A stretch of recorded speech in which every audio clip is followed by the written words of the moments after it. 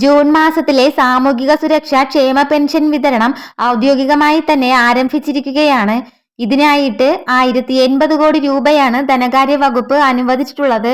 നിലവിൽ അർഹരായവരുടെ ബാങ്ക് അക്കൗണ്ടുകളിലേക്ക് 2000 രൂപ എത്തിത്തുടങ്ങിയിട്ടുണ്ട്. ബാങ്കുകളുടെ സർവർ പ്രശ്നങ്ങളോ സാങ്കേതിക ബുദ്ധിമുട്ടുകളോ കാരണം ചിലരുടെയൊക്കെ അക്കൗണ്ടുകളിൽ പണം ക്രെഡിറ്റ് ആയതുമായി ബന്ധപ്പെട്ടുള്ള അപ്ഡേറ്റ് അതല്പം കാലതാമസമൊക്കെ ഉണ്ടായേക്കാം. എന്നതിനാൽ തന്നെ തുക ഉടനടി എത്തിയില്ലെങ്കിലും നിങ്ങൾ ആശങ്കപ്പെടേണ്ടതില്ല. കൈകളിൽ പെൻഷൻ തുക സ്വീകരിക്കുന്നവർക്കുള്ള വിതരണമാണ് ഇപ്പോൾ പുരോഗമിച്ചുകൊണ്ടിരിക്കുന്നത്. വ്യാഴാഴ്ച ദിവസം ട്രഷറിയിൽ നിന്നും പണം മാറിയെടുത്തിട്ടുള്ള സഹകരണ സംഘങ്ങൾക്കാണ് ഇപ്പോൾ വിതരണം നടത്തിക്കൊണ്ടിരിക്കുന്നത്.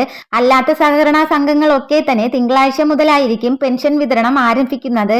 3-ാം തീയതിക്ക് മുൻപ് എല്ലാവർക്കും തന്നെ കൈകളിലേക്കുള്ള പെൻഷൻ വിതരണം പൂർത്തീകരിക്കുന്ന തരത്തിലാണ് വിതരണ ഉത്തരവ് ഇറക്കിയിട്ടുള്ളത്.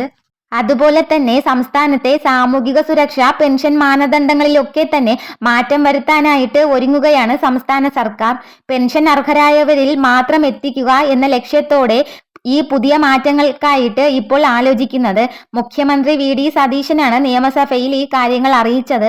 MLA-മാരുടെ ചോദ്യങ്ങൾക്ക് മറുപടിയായിട്ടായിരുന്നു അദ്ദേഹം ഈ കാര്യം വ്യക്തമാക്കിയത്. നിലവിൽ ക്ഷേമ പെൻഷൻ ഗുണഭോക്താക്കളുടെ പട്ടികയിൽ വൻതോതിൽ അനർഹർ ഉണ്ടെന്നാണ് കണ്ടെത്തിയിട്ടുള്ളത്. ഇത് പരിഹരിക്കുന്നതിനായിട്ട് പുതിയ സംവിധാനം കൊണ്ടുവരും.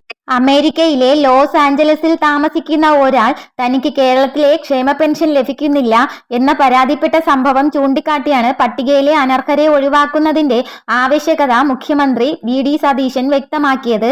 എന്നാൽ മകൻ വിദേശത്ത് ജോലി ചെയ്യുന്നു എന്ന കാരണത്താൽ നാട്ടിലുള്ള പ്രായമായ അമ്മയ്ക്ക് അല്ലെങ്കിൽ അച്ഛന് അർഹതപ്പെട്ട പെൻഷൻ നിഷേധിക്കുന്നത് എങ്ങനെ ശരിയാകുമെന്ന് പ്രതിപക്ഷ നേതാവ് പിണറായി വിജയൻ ചോദിച്ചു. അർഹതപ്പെട്ട ഒരാൾക്കും പെൻഷൻ നഷ്ടപ്പെടാത്ത രീതിയിലായിരിക്കും മാനദണ്ഡങ്ങളൊക്കെ തന്നെ രൂപീകരിക്കുക എന്ന് മുഖ്യമന്ത്രി വി.ഡി. സതീശൻ ഇതിന് മറുപടി നൽകി. പെൻഷൻ അനുവദിക്കുന്നതിന് നിലവിൽ തടസ്സമായി നിൽക്കുന്ന ഭൗതിക പരിശോധനാ മാനദണ്ഡങ്ങളിലും ഒരുപക്ഷെ മാറ്റം വന്നേക്കാം. AC ഉൾപ്പെടെയുള്ള ആധുനിക സൗകര്യങ്ങൾ ഉണ്ടെങ്കിൽ നിലവിൽ ക്ഷേമ പെൻഷൻ അനുവദിക്കുന്നില്ല. വീടിന്റെ വലിപ്പം, ചെറിയ വാഹനങ്ങളുടെ ഒക്കെ തന്നെ സാന്നിധ്യം എന്നിവയുടെ അടിസ്ഥാനത്തിൽ പെൻഷൻ നിഷേധിക്കുന്ന രീതിയിലും മാറ്റം വരാനുള്ള സാധ്യതയുണ്ട്. ഇതുപോലുള്ള ഇൻഫർമേഷന് വേണ്ടിയിട്ട് ഈ ചാനൽ ഒന്ന് സബ്സ്ക്രൈബ് ചെയ്യണേ.